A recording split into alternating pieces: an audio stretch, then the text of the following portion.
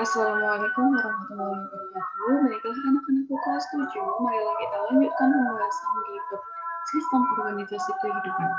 Nah, sekarang kita akan membahas tentang organ. Kalau kemarin kamu bisa menjelaskan apa itu jaringan. Jaringan itu sekumpulan dari beberapa sel yang saling bekerja sama untuk fungsi tertentu. Nah, sedangkan kalau organ berarti kumpulan beberapa jaringan untuk melakukan fungsi tertentu pada tubuh organisme. Karena kan urutannya masih ingat ya, sel, jaringan, organ, sistem organ, dan organisme. Nah, untuk contoh-contoh organ pada hewan yaitu meliputi mata, paru-paru, jantung, hati, kulit, lambung, dan lain-lain. Terus ada juga banyak otak, kemudian pankreas, kemudian hidung, kemudian apa lagi? Ya, banyak ya. Nanti bisa dicari sendiri. Ginjal gitu ya. Nah, saya akan menjelaskan 4 contohnya saja. Saya akan menjelaskan mata. Nah, mata fungsinya untuk melihat. Nah, organ ini, mata, terbentuk dari jaringan otot dan jaringan syaraf. Selanjutnya paru-paru. Paru-paru berfungsi sebagai alat pernapasan. Nah, paru-paru tersebut terbentuk dari jaringan otot dan jaringan syaraf, kemudian jantung. Jantung berfungsi untuk memompa darah. Nah, jantung terdiri dari jaringan otot, kemudian jaringan pengikat, dan jaringan syaraf. Selanjutnya adalah hati, fungsinya untuk menawarkan racun atau menetralkan racun. Nah, organ hati terbentuk dari jaringan otot, jaringan ikat, dan jaringan syaraf. Lanjut ya. Selanjutnya organ pada tumbuhan. Organ pada tumbuhan ada apa saja? Ada akar, batang, daun, dan bunga. Untuk akar merupakan bagian tumbuhan yang berada di dalam tanah atau berada di dalam media tumbuhnya. Nah, fungsinya untuk apa? Untuk menyerap air, zat hara, dan mineral pada media tumbuhnya. Kenapa kok bilangnya media tumbuh? Karena ada yang tumbuh di air, ada yang tumbuh di pasir, ada yang tumbuh di sekam padi, dan lain-lain. Kemudian batang. Nah, batang merupakan organ tumbuhan yang berfungsi sebagai penopang dan tempat tumbuhnya daun. Ini organ pada batang, organ pada tumbuhan yaitu batang ya ini ya.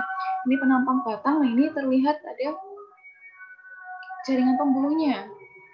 Nah, ini pada organ batang dapat kita lihat ada jaringan pembuluhnya, pembuluh angkut terutama. Ini adalah silem letaknya di sini, dan ini adalah phloem. Lanjut ya. Selanjutnya daun. Daun merupakan organ tumbuhan yang fungsinya untuk membuat makanan melalui proses fotosintesis. Nah, kemudian bunga. Bunga merupakan alat reproduksi atau alat perkembangbiakan seksual pada tumbuhan karena ada benang sari dan putik. Lanjut. Selanjutnya yaitu sistem organ. Nah, sistem organ berarti kumpulan beberapa organ yang bekerja sama untuk melakukan fungsi tertentu. Contoh untuk sistem organ apa? Contohnya sistem pernapasan, sistem pencernaan, sistem peredaran darah, sistem ekskresi, dan sistem reproduksi. Nah, ini kan saya ambil contoh satu ya. Nah, sistem pernapasan. Nah, ini kan contohnya ini. Ini sistem pernapasan merupakan kumpulan dari beberapa organ yang bekerja sama untuk melaksanakan fungsi tertentu. Nah, di sini kalau sistem pernapasan berarti fungsinya untuk pernapasan, untuk pertukaran oksigen dan karbon dioksida. Nah, pada sistem pernapasan dia kan terdiri dari beberapa macam organ. Apa saja? Saya jelaskan ada rongga hidung, kemudian laring, trakea atau tenggorokan, kemudian paru-paru. Kemudian sistem pencernaan. Kita ambil contoh selanjutnya, sistem pencernaan ya fungsinya untuk mencerna makanan sehingga sari-sarinya dapat diserap dengan mudah oleh tubuh. Nah, pada sistem pencernaan dia terdiri dari berbagai macam organ yang melakukan fungsi untuk mencerna makanan ya. Apa saja? Rongga mulut, kerongkongan, usus lambung, usus halus, usus besar, anus. Nah, itu. Lanjut ya. Selanjutnya sistem organ pada tumbuhan. Sistem organ pada tumbuhan bisa dijumpai pada tumbuhan berpembuluh. Nah, di situ ada organ-organ pada tumbuhan yang saling bekerja sama. Contohnya akar, batang, dan daun bekerja sama untuk melakukan proses fotosintesis. Nah, selanjutnya setelah kita membahas organ, sistem organ, nah selanjutnya adalah organisme. Nah, organisme merupakan kumpulan dari beberapa sistem organ yang bekerja sama. Nah, itu akan membentuk organisme ya. Contoh dari organisme itu seekor kucing, seekor kuda. Karena apa? Karena organisme itu tunggal. Ingat-ingat ya, organisme itu tunggal kan. Contohnya kita, manusia, seorang manusia.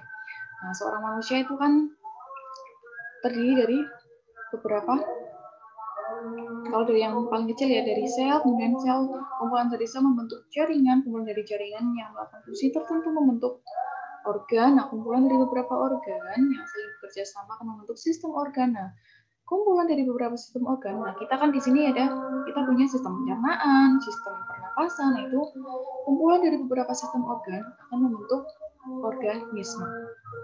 Organisme itu tunggal, ingat-ingat ya. Contohnya seekor kucing, seekor kuda, sebatang pohon, seorang manusia, seekor tikus, seekor kelinci. Nah, itu. Oke, itu saja. Semoga bermanfaat ya. Wassalamualaikum warahmatullahi wabarakatuh.